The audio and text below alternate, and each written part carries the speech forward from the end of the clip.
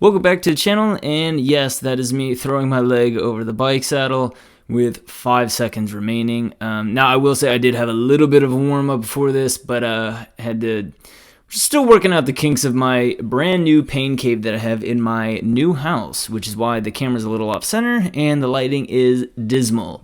So yeah, I got home a little later than anticipated from work. I missed the initial race I was going to do.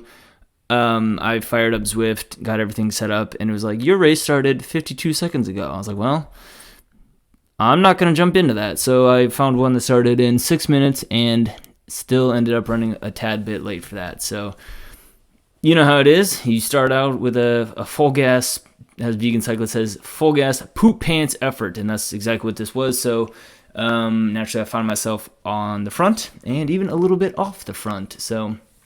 But anyways, this is the good old-fashioned just Zwift Racing League, man. No power-ups, nothing like that. Looking at a 2-point-something mile lead-in, and then a 2.5 mile race or whatever. So looking at about 5.5 mile sprint around the volcano, and it's going to be a quick one. So I was doing some math in my head. I'm like, okay, we're looking at, what, 20 minutes, give or take? I'm actually feeling really fresh. This is my first time Zwifting in the new house, in the new pain cave. And again, I'm still working out all the kinks and everything. Definitely should have cracked the window, but I didn't because I started getting real hot. So whatever. But I was dying to get a ride in and get an actual workout in. So I opted for a quick one. A little better late than never. So I'm feeling pretty good, feeling really strong actually. And again, just like my previous video, if you haven't seen that one, it was stage 4B. There's an incline, and I kind of took off on the incline, just like I am right now. I'm just not taking off extremely hard or anything, but me and this dude, I'm like, hey, maybe we could get a gap. It doesn't really happen, but we are definitely in front, so that was kind of nice for just to get out the nervous energy, certainly, especially the anxious feeling of oh my goodness, I'm running late, and you step on a sprint, and that's just how the rides start, how all these races start in Zwift. But nonetheless, feeling pretty good, feeling very strong actually. And again, I am definitely in the top 5-10% of the C category on Zwift. I should probably go to B here sooner rather than later. Yeah, I've won first place in 2 of them. I've gone top 10, maybe only once or twice. But yeah, I need to start getting strong. I can't just be doing this forever. And I want to push myself this off season. So I'm just having fun right now. And I'm totally here for it, of course, because I just moved into this new house. Got a lot of stuff to do, so it is kind of nice, and it's definitely a confidence boost to get a top 10 when you join in a race from time to time. So not going to complain about that. Anyways, back to the race. I knew going into it there was about 164 feet of elevation gain, nothing too crazy, nothing too terribly steep, and we're only doing 1 lap of this. So again, it is a sprint. It's going to be quick, and I'm ready for it, and I'm totally here for it. So I'm just hanging in the pack. Holding on, catching a nice draft. My heart rate is 163. That's prime, especially doing 220 plus watts. Again, feeling really good. Holding 2.4-ish watts per kilo. I weigh about 165 pounds these days. So, yeah, pretty thin build, as you can tell. So, oh, geez, dude, I'm a wreck, man. Hair's all a mess. The lighting is bad. Whatever. The environment might not be too good, but I'm feeling real good. So I was like, okay, in this race, I'm trying to size everybody up. There was a guy who kind of went up the hill even in front of me a little bit. So I was like, okay, he might be a little stronger. And it looks like he's the same guy who's out in front right now. And I was just kind of keeping my eye on people, especially on a short race like this. I don't want there to be a flyer, a guy who just goes off with it. Maybe people were thinking that was me in the very beginning. And I'm totally cool with that. But I definitely have my eye on some people. And and I'm kind of seeing who is standing out a little bit. And I don't see him on the screen right now, but he's got the same orange, white, and black jersey that I have on. I was kind of watching him. He must be behind me. And then there was a guy in like the blue camo jersey. He's one of the guys up front who was off the front with me at the very beginning. I was just kind of watching my eye on those two. They were the ones kind of pushing the pace from time to time. Oh, speak of the devil, here he goes. Look at this, Mr. E. Jones. Yeah, like right here, I was like, ooh, he's going. And I don't have like the body mass to really push it on a negative 5% decline. So anyway, I had my eye on him. We got to size up the competition a little bit. And if there was going to be a move, I definitely wanted to cover it, considering it's a short, very, very, very short course. So maybe at 1.5 miles, 2 miles, somebody could, if they really wanted to, like step on it. And if they held the power for a little bit, they might be able to get away with it, assuming they can get up the couple of small hills. So yeah, look, there he goes again. And I'm trying to work on like tactics in racing, and I don't want to have a reactionary sprint. I don't want to see somebody else go and me respond to it. I want to have better timing, and that's definitely something I need to work on. I live in the United States here. Everything is measured not in the metric system for sure. So I see other YouTube channels stuff, they say, they got a 50-meter sprint, or they usually start their sprint from 200 meters out. Dude, I have no idea what 200 meters is. And I have my my Zwift set up in Imperial. So when it starts counting down to, from 900 feet, I don't really know what that is in meters. Is sprinting from 500 feet a lot? Is that almost nothing? I don't know. I haven't quite figured that out yet. That's something I need to work on as far as like tactics and strategy and timing goes. And if you keep watching that, it will definitely play a role in this race.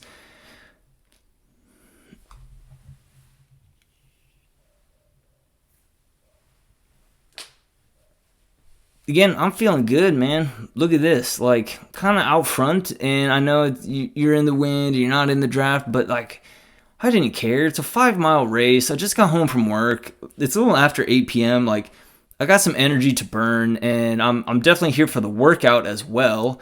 So I'm not entirely opposed to it, and it wasn't super long. Now, if I was in the breakaway just hurting myself, I wouldn't do that, or I should say, I haven't brought myself to do that quite yet. Maybe someday. Maybe one of these Cat C races that I'm doing while I'm still in Cat C, I'll just play around, have some fun. But a good 20 plus people, 21 people looks like in this race. So good crowd for sure. And dude, I actually am having a blast with this. I used to absolutely hate Zwift. I've come to love it. Like I've come to love this like higher intensity kind of stuff, and work on some strategy and tactics and stuff like that. So I like that aspect of it. And the video game aspect of it is pretty fun too, getting new bikes and stuff. I think it's a lot of fun. I'm riding a Trek Madone with the Zip 454s on it, I believe. If it's not the 454s, it's the 808s. That's what I've purchased in this game thus far. And some of you mega Zwift nerds out there will know what's better and what's worse based on my level of 24. So at this point, okay, now it's super long lead-ins, 50% of the race, but now it's like, okay, we're looking at 2 miles left, just over. I got to start watching some people, and again, the two on my suspect list are right here at the front, so I don't want anyone getting away with anything. So I'm just trying to keep my eye on it. Again, I'm not super caught up in like, oh, you got to stay in the pack, you got to catch the draft. I'm like, no, I want to be towards the front. I want to cover anything that goes, but also I want to have the better timing for myself and for my own sprint or whatever it comes down to. So, of course, naturally, I don't know the course very well. I think I've done Volcano Circuit maybe once or twice in some group workouts or whatever they are. But it didn't seem to be any sort of super hilly course at all. Only 164, and we're already at 107 feet of elevation gain. So I'm kind of keeping that in my mind. We got about 60 feet of climbing, which is nothing. even if it spikes up to 5-6%, there's not going to be long at all.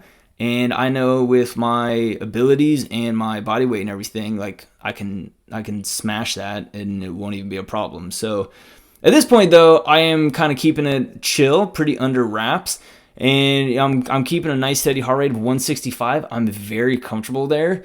Once it starts getting to like 185, that's where I'm blowing up, definitely, and I have to. My body just like stops and kind of hits a ceiling at that point. I will say in recent months I have noticed at 185, if and when I get to that heart rate, I'm not blowing up as quickly as I used to, which I'm very pleased with. So yeah, like heart health is going pretty well for me right now, and I'm feeling stronger in that because I've pushed 188, 190 a time or two in these last couple of weeks with Zwift racing, and I'm not like seeing stars. So like I'm feel good. It's like I'm getting a little more comfortable at that 90 to 100% of my heart rate. So I love that.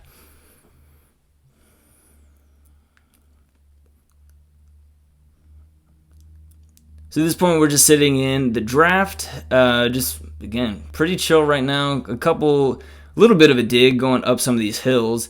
I don't really shift a whole lot in these races. Maybe once or twice, depending on how steep the gradient is. Other than that, I kind of just smash. So that's why you see some of these spikes in power at the very bottom. Okay, I just raised my water bottle. That means there's 1 mile left. I remember doing that. 1 mile left, we're going down this hill, and at this point, I'm really watching people. And this is where they start getting squirrely towards the end of a race like this. And again, going back, I don't know. I know that it goes from 0.9876 and it hits 0.1, and then below that, it starts this super fast. It looks super fast, 900, 800, 700, 600 feet, whatever. And I don't know where I need to start my sprint. So I'm kind of watching that. I'm kind of watching everybody else. I'm watching the thingamajigger on the right hand side of the screen where someone's watt per kilo is gonna go bright orange, and that means they're sprinting or have really high watt per kilo. So I'm just like watching these three things, but if I'm watching one, I'm not watching the other. So that's when I start getting nervous internally.